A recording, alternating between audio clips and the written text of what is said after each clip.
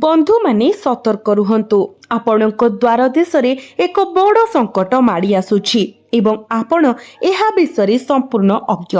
गुरुत्वपूर्ण कथा हेउछि आपण दुईटी दिगरु गंभीर विपर्ययर सम्मुखीन हेबाकु जाउछन्ति। आपणक हृदयर निकटतर एक संपर्क भांगिबाकु जाउछि, आपणक ठारु दूरेई जाउछि। जेतेबेले आपणक अजाणतरे एक बड़ समस्या गुप्त भावरे आपणक उपरे माड़ी आसीछि, आपणक राशिर लोकंक पई आपण वर्तमान विभिन्न प्रकारर प्रतिकूलता एवं विपर्ययर सम्मुखीन हेबाकु जाउछन्ति। सतर्कता हेउछि आपणकर एकमात्र सुरक्षा। एही कार्यक्रमर शेष आडकु मु आपणଙ୍କୁ एक शक्तिशाली प्रतिकार मध्य कहिबि। आपणଙ୍କୁ निश्चित भावरे एही प्रतिकार करिबाकु पड़िबो, जहा फलरे आपणଙ୍କ जीवन रे आसुथिबा समस्त समस्या को आपण दूर करि परिबे। बंधु माने आपण जड़े गभीर भावप्रवण एवं संवेदनशील व्यक्ति। वर्तमान आपण फसी रहितिबा अनुभव करुछन्ति। आपण अन्य मानक सहित आपणक जीवनर दुख एवं कष्ट को बांटी पारुनाहंती किंबा नीरवरे सह्य मध्य करि पारुनाहंती।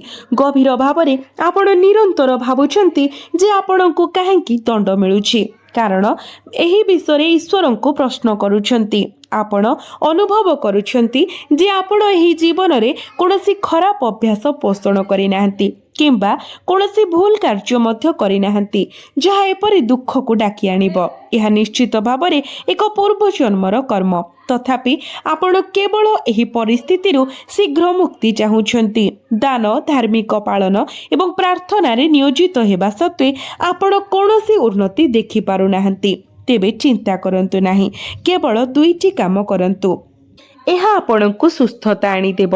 आपणଙ୍କ निश्चित भावरे सब समस्या को दूर करिदेव। बंधु माने आपण वर्तमान किछि जिनिस अनुभव करूछन्ति। गोटिए हेउछि अनुभव जे आपण चाहुथिबा जिनिस गुडिक आपणଙ୍କ जीवन रे वास्तव रे परिणत हेउ नाही। एहा नुहे जे आपण चेष्टा करि नाहंती, आपण प्रयास करूछन्ति एवं निरंतर कठिन परिश्रम करूछन्ति। आपण बहुत दिन धरि एक निर्दिष्ट क्यारियर पई प्रतिबद्ध अछन्ति एवं आपण बहुत दिन धरि एक निर्दिष्ट संपर्क को बंचाइबा पई चेष्टा करूछन्ति।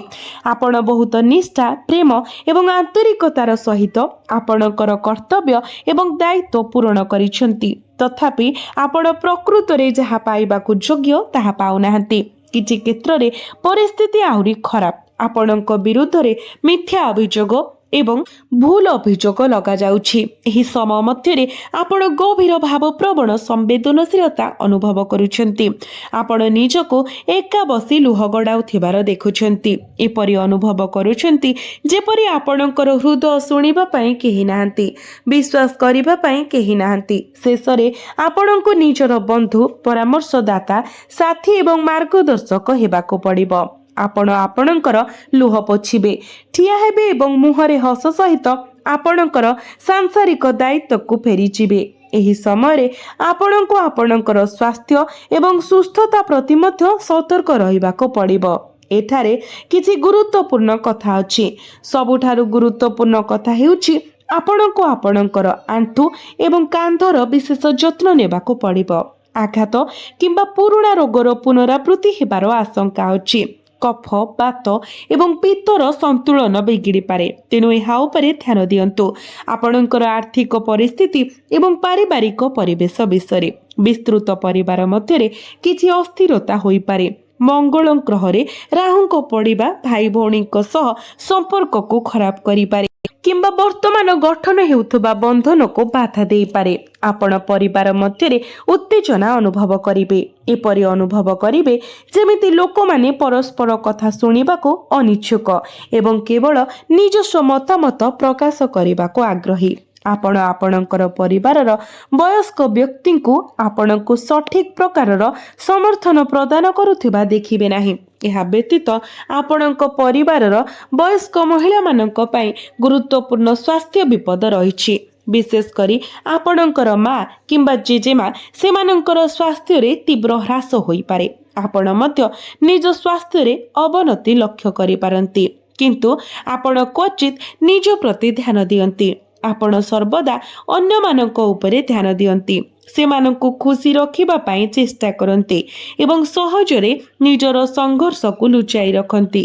ପୈତୃକ ସମ୍ପତ୍ତି କିମ୍ବା ପାରିବାରିକ ବ୍ୟବସାୟକୁ ନେଇ ଉତ୍ତେଜନା ସୃଷ୍ଟି ହେବ।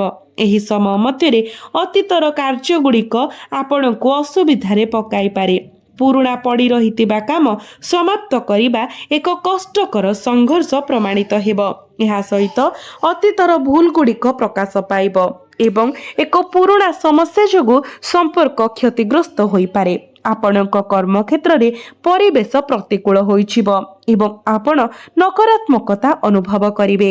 ଶନିଙ୍କର ବକ୍ରି ଚଳନ ଆପଣଙ୍କ ଜୀବନରେ ଅତୀତର ବିଷୟଗୁଡ଼ିକୁ ପୁଣି ଟାଣି ଆଣେ। ପୁରୁଣା କର୍ମ, ଅତୀତର କଥାବାର୍ତ୍ତା ଏବଂ ପୂର୍ବ ସମସ୍ୟାଗୁଡ଼ିକୁ ଫେରାଇ ଆଣେ। ଆପଣଙ୍କ ମଧ୍ୟରୁ କେତେକ ବ୍ୟବହୃତ ଯାନ କିମ୍ବା ପୂର୍ବରୁ ଥିବା ଘର କିଣିପାରନ୍ତି। ମୁଁ ଆପଣଙ୍କୁ ଗୋଟିଏ କଥା କହିବାକୁ ଚାହେଁ, ଆପଣଙ୍କ ଜୀବନରେ ଯାହା ବି କରନ୍ତି ତାହା ବ୍ୟବସାୟ ଆରମ୍ଭ କରିବା, ବିଦେଶ ଯିବା, ବିବାହ କରିବା, ଯାନବାହନ କିମ୍ବା ଘର କିଣିବା କିମ୍ବା କିଛି ନୂତନ କରିବା, ପ୍ରଥମେ ଆପଣଙ୍କ ରାଶିଫଳ ବିଶ୍ଳେଷଣ କରିବାକୁ ନିଶ୍ଚିତ କରନ୍ତୁ। ଆମେ ପ୍ରାୟତଃ ପରିସ୍ଥିତି ଉପରେ ଆଧାର କରି ନିଷ୍ପତ୍ତି ନେଇଥାଉ କିମ୍ବା ଭାବନାରେ ବୁଡ଼ି ଯାଇଥାଉ। ଏପରି କାର୍ଯ୍ୟ କରୁ ଯାହା ଆମ ରାଶିଫଳ ସହିତ ମେଳ ଖାଏ ନାହିଁ। ଏହା ଆମକୁ ଭୟ କରୁଥିବା ପରିଣାମ ଆଡ଼କୁ ନେଇଯାଏ, ଘଟଣା ଏବଂ କ୍ଷତି ଯାହା ଜୀବନ ବ୍ୟାପୀ ପଶ୍ଚାତାପ କରେ। ବନ୍ଧୁମାନେ, ଆପଣ ପୈତୃକ ସମ୍ପତ୍ତି, ପାରିବାରିକ ବ୍ୟବସାୟ କିମ୍ବା ଆପଣଙ୍କ ଜୀବନରେ ଅନ୍ୟ କୌଣସି ପୈତୃକ ସମ୍ପତ୍ତିକୁ ନେଇ ଦ୍ୱନ୍ଦ୍ୱ ଏବଂ ଚାପର ସମ୍ମୁଖୀନ ହୋଇପାରନ୍ତି। ଆପଣ ଆପଣଙ୍କ ଖାଦ୍ୟରେ କେଶ ପାଇପାରନ୍ତି, ଆପଣଙ୍କର ଭୋକ ହରାଇ ପାରନ୍ତି କିମ୍ବା ନିଦ୍ରାରେ ବ୍ୟାଘାତ ଅନୁଭବ କରନ୍ତି। ଯଦି ଆପଣ ଆପଣଙ୍କ ଖାଦ୍ୟରେ କେଶ ପାଆନ୍ତି, ବିଶେଷ କରି ଯଦି ଏହା ଏକାଧିକ ଥର ଘଟେ, ତେବେ ଏହି ପ୍ରତିକାର ଚେଷ୍ଟା କରନ୍ତୁ। ରାତିରେ ଆପଣଙ୍କ ଦ୍ୱାର ଦେଶରେ ପାଣି ଏବଂ କିଛି କଳା ସୋରିଷ ଭର୍ତ୍ତି ଏକ ଛୋଟ ମାଟି ପାତ୍ର ରଖନ୍ତୁ।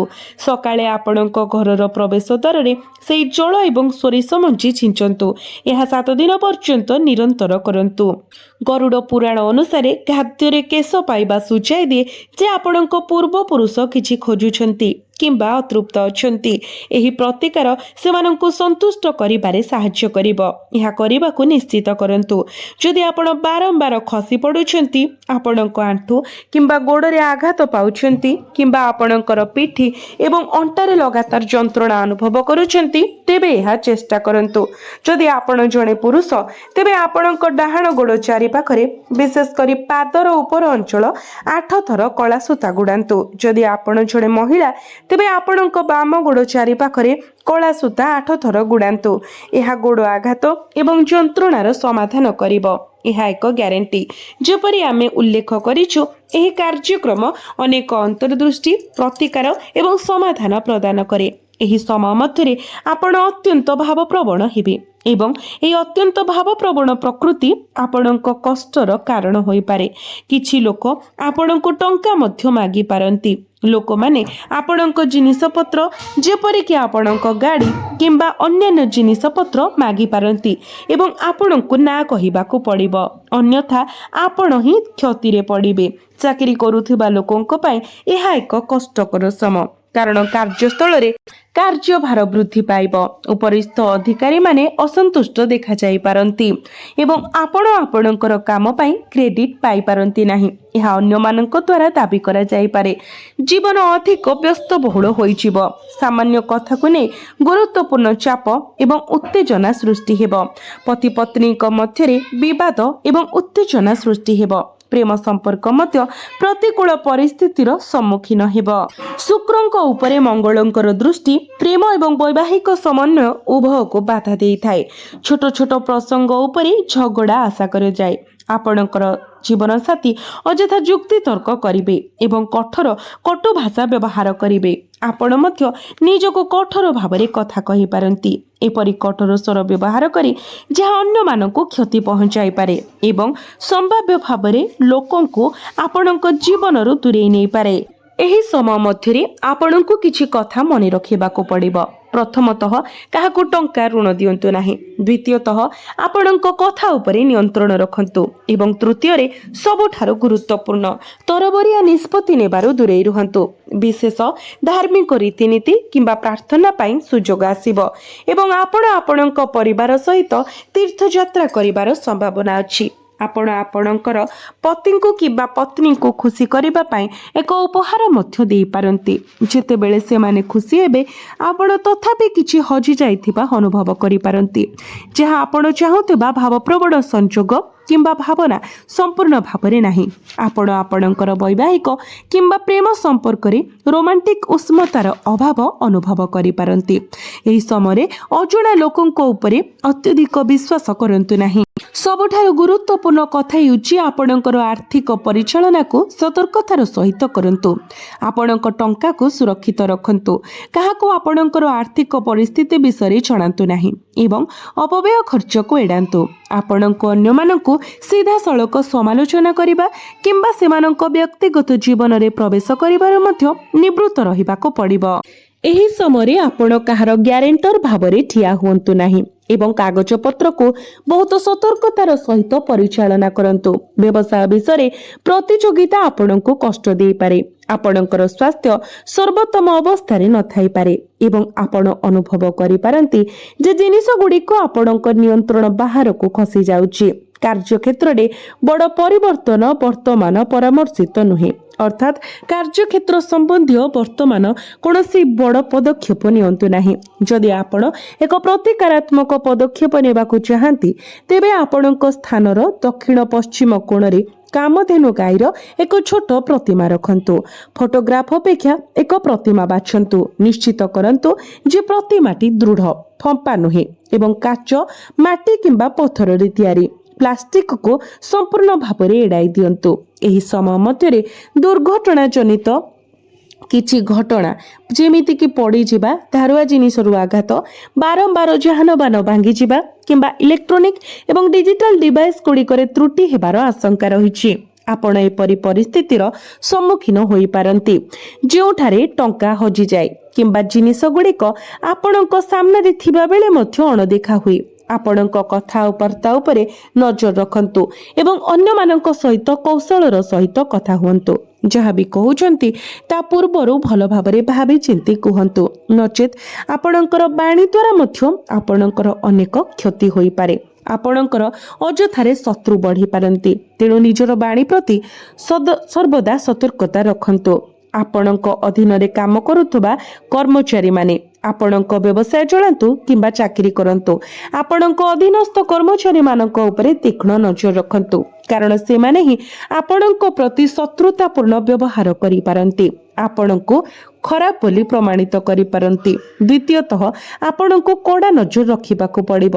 ଯଦି ଆପଣଙ୍କର ବିଜନେସ୍ ପାର୍ଟନର ଅଛନ୍ତି ତେବେ ସେମାନଙ୍କ ଉପରେ ଏବଂ ଆପଣଙ୍କର କର୍ମକ୍ଷେତ୍ର ଏବଂ ସମସ୍ତ ଆର୍ଥିକ କାରବାର ଉପରେ ନଜର ରଖିବାକୁ ପଡ଼ିବ।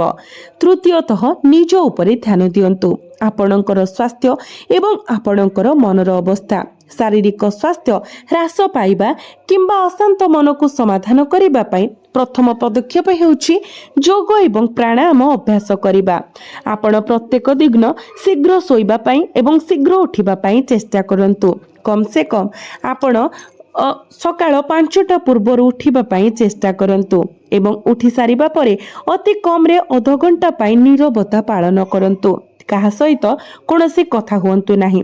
ରାତିରେ ଶୋଇବା ସମୟରେ ଆପଣଙ୍କର ପିଠି ପାଖ ଦେଇ ଶୁଅନ୍ତୁ। ପେଟେଇକି ଶୁଅନ୍ତୁ ନାହିଁ। 2 ହାତ ଆପଣଙ୍କ ଛାତିରେ ରଖନ୍ତୁ ଏବଂ ଯେତେବେଳେ ଆପଣ ପ୍ରକୃତରେ ଖୁସି ଥିଲେ ଏପରି ଏକ ମୁହୂର୍ତ୍ତକୁ ପୁନଃଜୀବିତ କରିବା ପାଇଁ ଚେଷ୍ଟା କରନ୍ତୁ ଯେତେବେଳେ ଆପଣ ବହୁତ ଖୁସି ଥିଲେ। ଏହା ଯେକୌଣସି ମୁହୂର୍ତ୍ତ ହୋଇପାରେ, ଏପରିକି ଆପଣଙ୍କ ପିଲାଦିନରୁ। ହୁଏତ ପ୍ରଥମ ଥର ପାଇଁ ଆପଣ ଏକ ଖେଳନା କିମ୍ବା ଉପହାର ପାଇଥିଲେ ଯାହା ଆପଣଙ୍କୁ ଅପାର ଆନନ୍ଦ ଦେଇଥିଲା। ସେହି ଘଟଣାକୁ ମନେ ପକାନ୍ତୁ ଏବଂ ସେହି ଅନୁଭବକୁ ପୁଣି ଥରେ ଅନୁଭବ କରିବାକୁ ଚେଷ୍ଟା କରନ୍ତୁ। ଏହା ଆପଣଙ୍କର ମନକୁ ଶାନ୍ତ କରିବ, ସକାରାତ୍ମକତା ଆଣିବ ଏବଂ ଚନ୍ଦ୍ରକୁ ଆପଣଙ୍କର ପକ୍ଷରେ ସ୍ଥିର କରିବ। ପରଦିନ ସକାଳେ ଉଠିବା ପରେ ଅତି କମ୍ରେ ଅଧଘଣ୍ଟା ପାଇଁ ନୀରବ ରୁହନ୍ତୁ। ଯଦି ସମ୍ଭବ ହୁଏ ତେବେ ଆଖି ବନ୍ଦ କରି ଧ୍ୟାନ କରନ୍ତୁ। ଏହି ଅଭ୍ୟାସ ଗୁଡ଼ିକ ଆପଣଙ୍କ ଜୀବନକୁ ଅନୁକୂଳ ପରିସ୍ଥିତିକୁ ଆକର୍ଷିତ କରିବ।